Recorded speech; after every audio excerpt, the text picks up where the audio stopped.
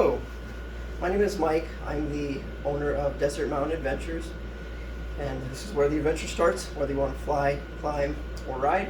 I'm going to be here to help you out. But today I would like to talk about some of the products and maybe some, like one small issue that there's a pretty easy fix for, and kind of go from there. So first off, I do carry a wide line of products from ITV wings, Kangoo paramotors, Nivea, and more. So if you ever do need anything paramotor related, let me know. Be happy to help you out. So first off, what we're going to talk about today is some fuel issues that could possibly cause your paramotor to not run right and leave you grounded. So for this particular issue, the paramotor wouldn't run correctly, and it basically wouldn't stay running. And the issue was there was air bubbles getting into the fuel line.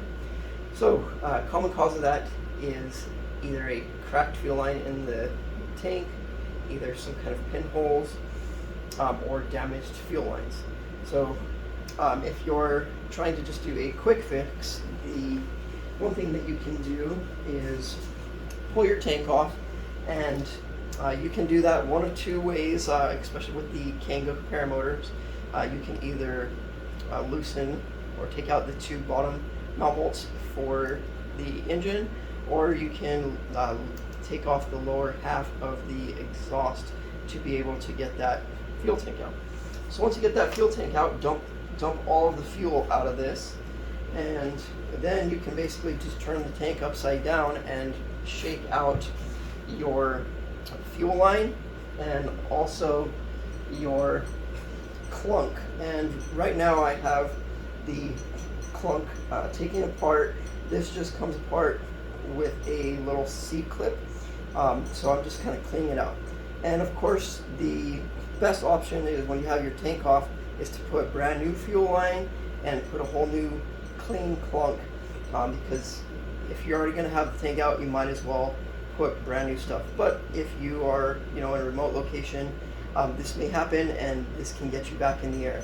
So if you see here on this fuel line, there was a crack in there, and so that little small crack is what caused the problems. And when I took this fuel line out, I also noticed that there was a lot of gunk in there. This engine here has about 200 hours on it, and this is the original fuel line. So of course, over that amount of time, fuel does degrade and you can start getting some buildup.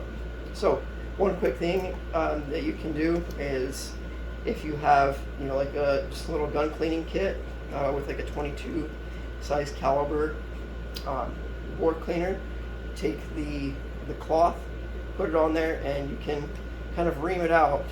And it helps if you put a little bit of fuel on that, and then it'll just run through there nicely, and you can go ahead and kind of clean that line out to get any of that residual gunk out of there, so it doesn't go into your carburetor. So then once you have that all cleaned out, you want to definitely inspect it. Make sure your line's not brittle, because if your line's brittle and just cracking, you don't want to put this back in your tank, of course. Like I said, unless if it's an emergency, you got to do what you got to do to get back home. Look at it. What I'm going to do is I'm going to just cut right below where that crack is, and I'm going to cut right here on the other side as well, just so that this will have a nice tight fit on the clunk and on the valve that goes up to your carburetor, because you don't want this falling off. And I had some extra line in there, so this will be sufficient for now, but definitely this is going to get replaced. But like I said, this is just an example of something you can do in an emergency situation.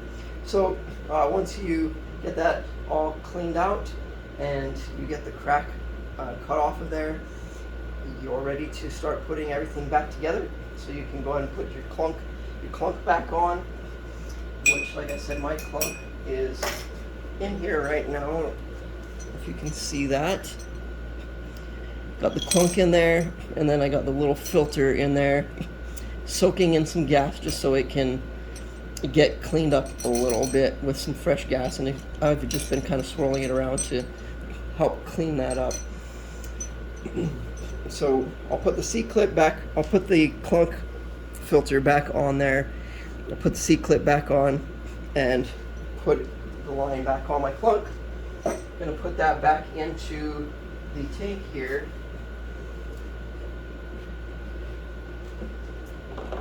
And this fitting, of course, don't drop it inside the tank like that. This fitting will go back in here, connected to the other end of the fuel line. Be able to install your tank, and hopefully that will get you back in the air. So hopefully this video will be able to help somebody if you ever run into this issue, and you'll be able to at least get back up in the air until you can do your permanent repair. And safe flying out there, everybody. If you are looking for a new paramotor, new wings, anything, let me know. I'd be happy to help you out. Remember, this is Mike, Desert Mountain Adventures, and hopefully we will see you guys in the air soon. Have a great one. See you later.